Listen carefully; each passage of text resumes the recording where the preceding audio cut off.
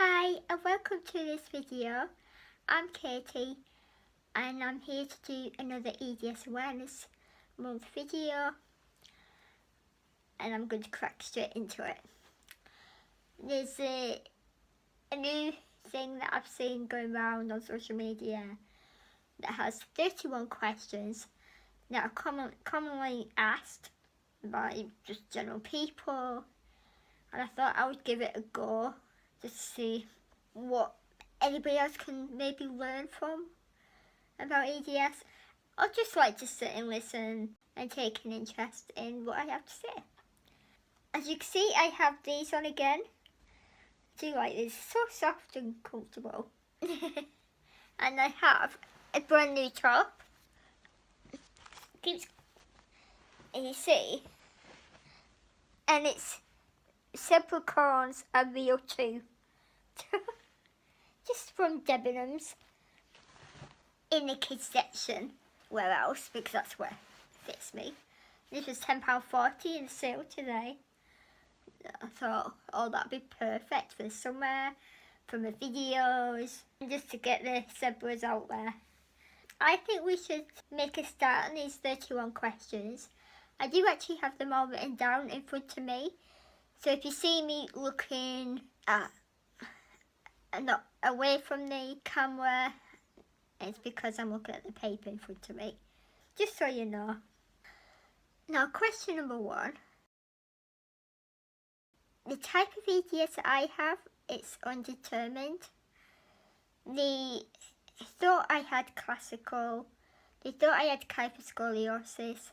Well, I do have hyperscoliosis, but not necessarily in the. It's really complicated. My symptoms vary across the different types. We are thinking of looking into it just to see what else they could find out about me. So I'm sorry that I'm not able to answer that clearly. The truth is, we're not clear. I was diagnosed when I was 2.5 weeks old. I am 33 at the end of this month. It's nearly 33 years ago. I was one of the first people I was officially diagnosed in this country. There was a lady in Yorkshire. I have spoken about this before in my previous videos. Yeah, there was only one lady in Yorkshire who the hospital, Royal Manchester Children's Hospital, had told us about. I have various associated conditions, co-morbidities, that's how you say it. I have hyperscoliosis, osteoporosis, perniosis, osteoarthritis, hypertonia, anxiety and panic disorder. I have slight hearing loss. I do have arthralgia, which is pain, muscle joint pain. I think that's it. Yeah, they're the main things I have. I do have asthma as well. How mobile am I? When I was being diagnosed, they made videos. Well, not just when I was first diagnosed, but in the first few years of my life, they made videos of them twisting my hands right round and my feet. The doctors and nurses were so fascinated with me that these people just do it and be no pain or discomfort for me. I was just like, I can do it. I used to be more hypermobile, but as I've got older, my joints have. I'm a lot more aware, so I'm more careful, and I think that sees up some of my joints a little bit. So I am very, very high on that scale. When I went to the EDS Genetics Clinic in Sheffield, just to chat to them and meet them and to learn about what type of EDS I actually have, they were quite surprised at how bendy I was, and they noticed that I was doing things that I wasn't even, I just thought it was normal for me. So they were quite fascinated with that as well. I do have stretchy skin.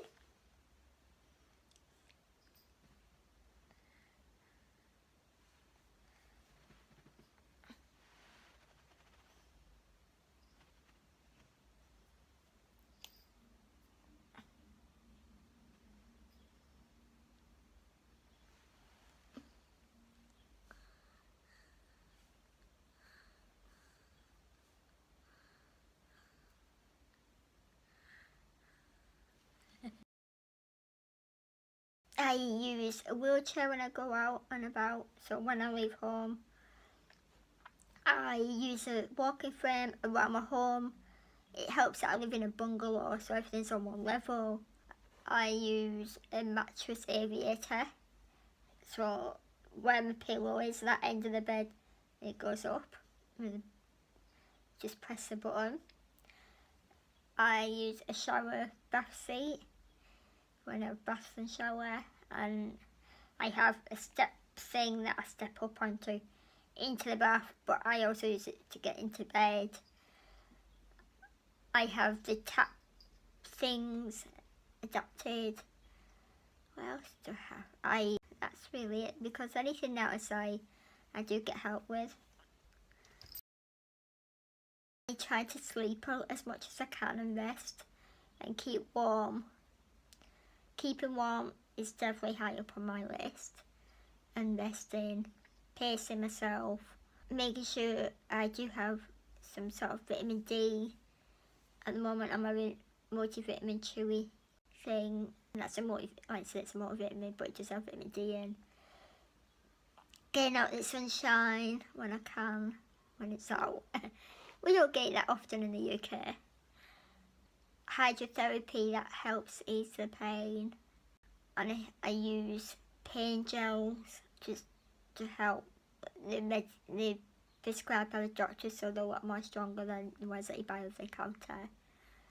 And paracetamol, I am not very good at taking medication. I don't want to rely on strong medication, as one, I find they don't really have the right benefits for me. I've had tramadol, I've had morphines, and they just don't seem to touch the pain. I had morphine when I was kept in hospital last time, not in December, but when I had gastroenteritis, they gave me morphine then, and I was like, no, I'm not having any more, because it didn't do anything for me. It just made me like, ugh. And I didn't like that feeling because of my anxiety. Tramadol just made me feel nauseous and queasy, and it didn't touch the pain again. Whereas paracetamol, if I have it when I really, really need it, then I have it, and it just eases it a little bit. And the pain gel, and keep it warm. So I'm more of a natural remedy. I've had a few surgeries, not many, thankfully. I had the arthrodesis on my wrist. I have spoken about that in another video. I will try and link that somewhere, either on the video, in a card that will come up at the top of the screen, or in the description bar below. I've had adenoids, tonsils, and something else, adenoids, tonsils removed. I've had an umbilical hernia removed. I've had a little cyst just removed off my elbow. I've got a little scar there. I've had dental surgery, I guess, the gingirectomy, where they slice open your gums and remove some of it. Sounds really gross, and it actually isn't as bad as you think, but it's a worrying thing to have because you do lose quite a bit of blood, so they have to kind of work really quickly but safely and as gentle as possible. Now, there have been the surgeries that I've had. I don't really know if you count going back to theatre, having dislocations put back in. But I have had other things like grommets. I've had them quite a few times, but they stopped doing it in the end because I've got scarring in my ears, so. It varies. Sometimes I can go every week, sometimes it could be every few weeks, sometimes it could be every few months. It all depends on if I have hydrotherapy, physiotherapy, if something new arises, or if I end up being rushed to hospital, like I was rushed in December. I went to a rheumatology appointment on Tuesday, which I've spoken about in a video. Then hydro on Thursday. What is normal for me? Normal for me is me just coping every day with the pain, the fatigue, trying to work out what's going on, what's happening. It depends if I'm going out somewhere or if I'm staying at home. If I'm not going anywhere, then I will be resting in bed. And I'll probably do bits of work in bed. I'm just looking at Pixie. She's like got a headlight looking behind her. But if I'm out, then I'll be out for however long I'm out for. It is quite hard. But I'm always struggling. I'm sorry. It gets this time where tiredness hits me. I've been out today, hence where I've got this t-shirt. This is me normal. The fatigue hitting in. Yeah, it's really hard for me to say because it changes from whether I'm going out or staying in. Flare-ups is when I just need to sleep. I feel dehydrated, so I'm trying to drink as much as I can. I just want to sleep. There'll be a few days where I just don't sleep that much, and it catches up on me. I'm so sorry, I'm yawning, I'm so sorry.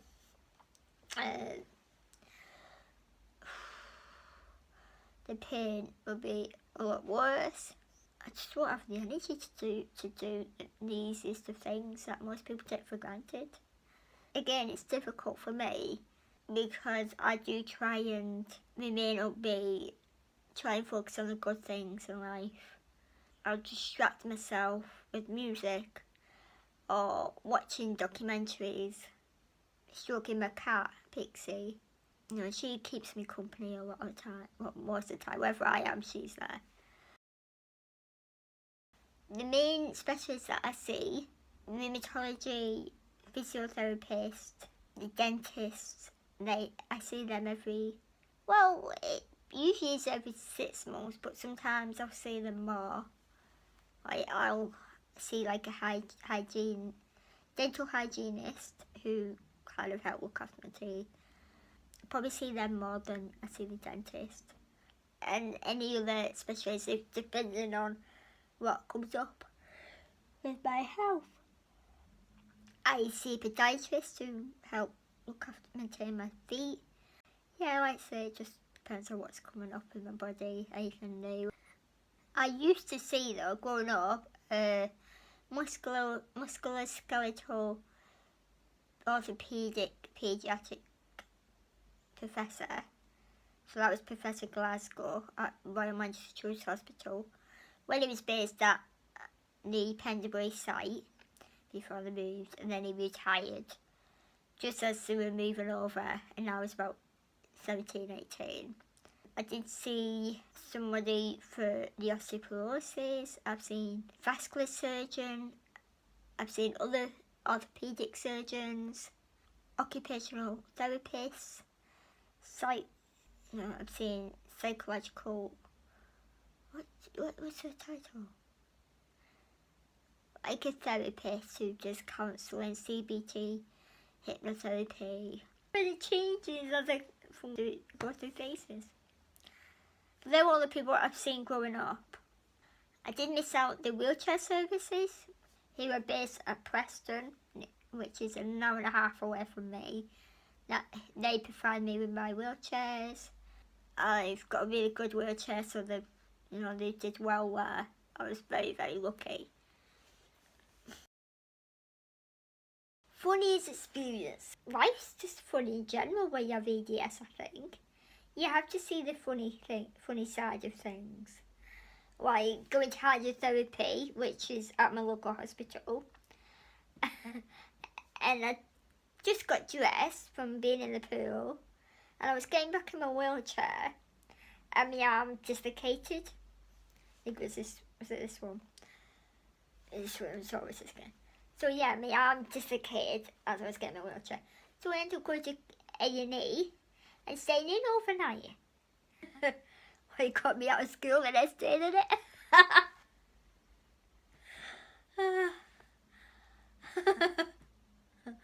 I just laugh because, you know, it's not good missing school. You should really try and go to school, but yeah, that kind of, at least I got a day off school.